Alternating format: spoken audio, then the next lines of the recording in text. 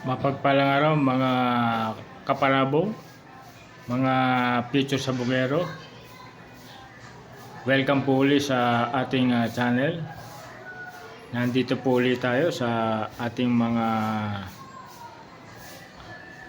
ibibreed. Yan. Ibibreed natin yan. Asil Melsim Hatch. Asil Melsim Hatch. Ayan, itong dalawa na to, yan, galing yan sa farm ni Sir Arvin Banwa ng Negros, Zamboanguita. Ayan, oh. Ang linyada niyan ay Asil Cross to Melsim Hatch.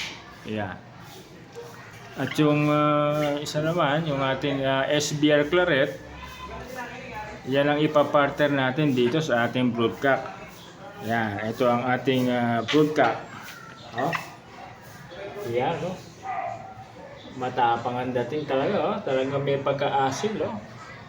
Oh. Ang ganda ng katawan. Ang ganda ng katawan, oh. Iyon ang ating SBR Claret.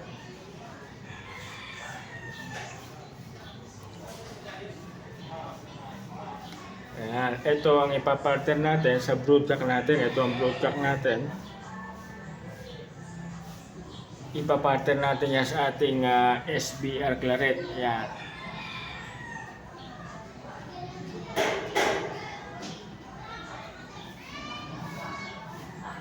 Ayan.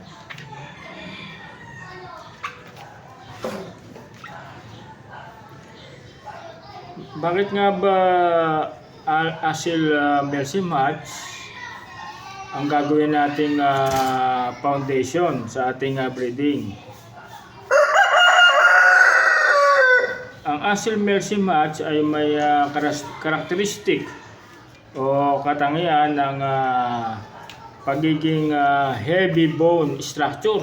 Yan, heavy bone structure ang Melsim Hatch, oh. No, tingnan mo yung structure ng katawan niya, oh. Talagang malaki. Malaki ang structure ng Melsim Hatch. At ang kanyang isa pang katangian ay ang strong station and body conformation. Oh, tingnan mo yung body conformation niya, oh. At meron din siyang katangian na deep game and heart. At meron din siyang katangian na smart fighter. Smart pressure fighter, oh. Yan. Controlled aggression. Hindi siya bara-bara pag tumira. Ibig sabihin, may diskarte. Oh.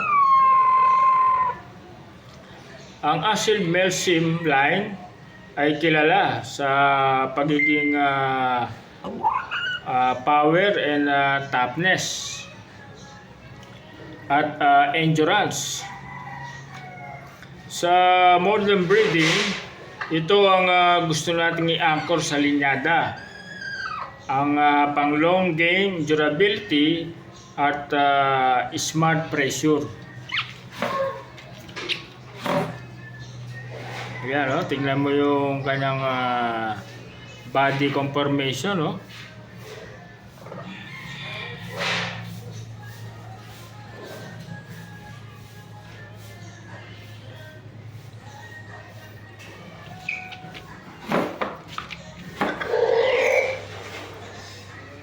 Ngayon naman, dito naman tayo sa kanyang partner na SBR Claret.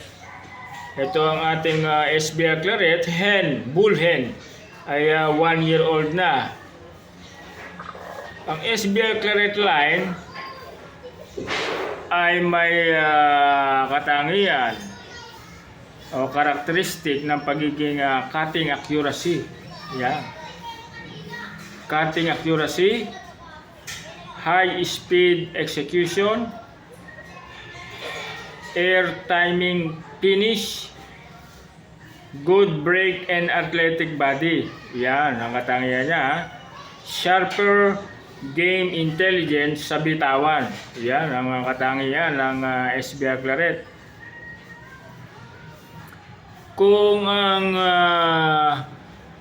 Asil Melsim hatch ay mayroong muscle and brain power, ang SBR Claret naman ay mayroong speed,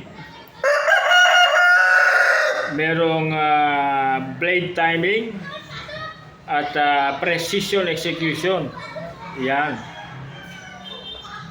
Ang ating breeding goal formula ay power plus durability plus smart pressure, speed plus timing plus cutting accuracy. Ang objective natin ay hindi simple hindi simple ang objective natin. Pero ang hangad natin ay yung mataas na kalidad, mataas na standard sa pagbe-breeding. Ang goal natin ay magkaroon ng strong foundation structure at smart aggression, hindi sabog-sabog yung timing pag lumaban. At saka athletic body with balance and power. Meron ding cleaning, cutting mechanics, proven stamina and finishing capability. Yan. Habang hinihintay natin ng tamang edad bago mag-breed, priority muna natin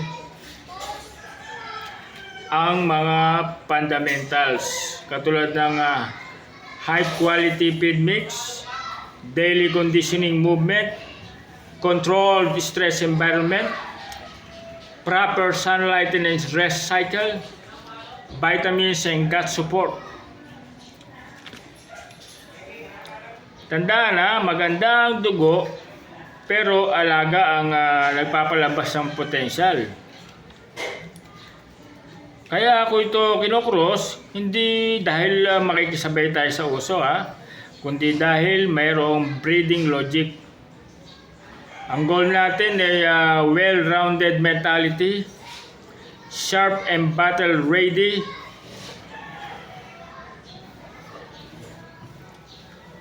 with overall fighter and good performance.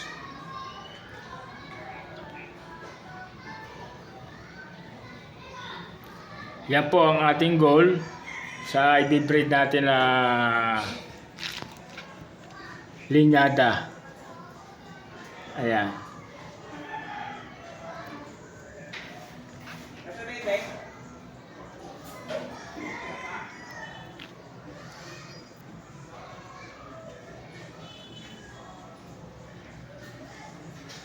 Hanggang dito na lang po mga kapanabong, mga future sabongero. Abangan niyo po uli ako sa susunod na ating update.